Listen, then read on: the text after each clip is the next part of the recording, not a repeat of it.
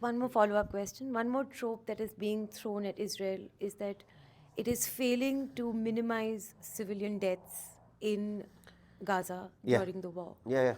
And the usual Al Jazeera sort of an allegation is that it is a genocide that now Israel is committing against Gaza because there are Yeah. women and children who are being killed.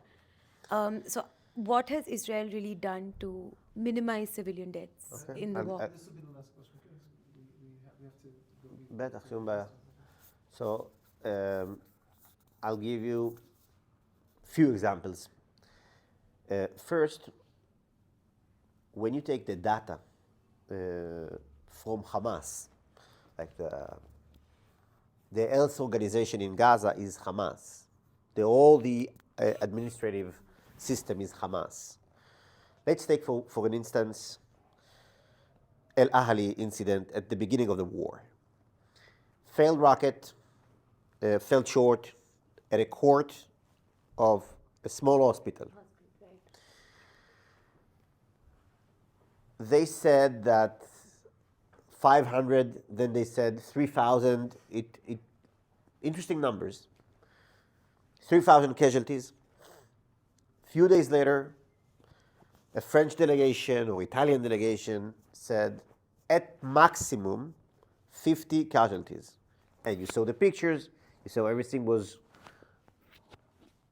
relatively okay. Yes, there was a rocket who fell, but it was not a crater created by an airplane. It's clear. So it was a total lie. So first,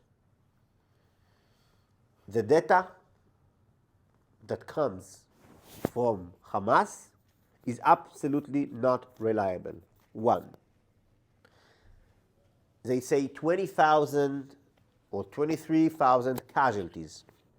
None of them, according to Hamas, are terrorists or, as they said, militants. None of them.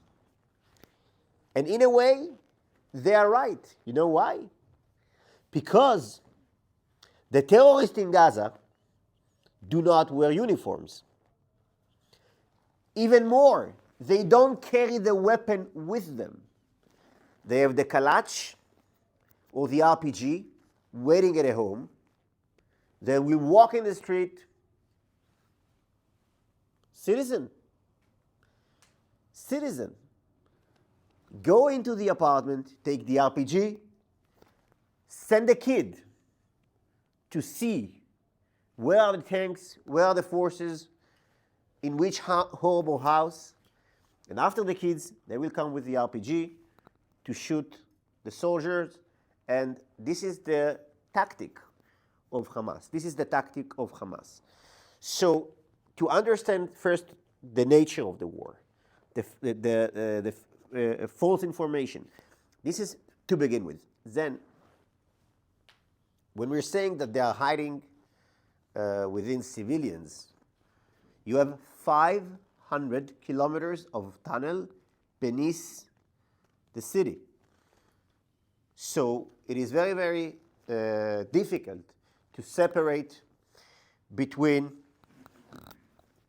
a military target, because it might look to you just like it's just a home, but the question is what do you have beneath it? So the IAF, the Air Force, they won't shoot if they know that there are civilians, even if they know that within the civilians you have terrorists.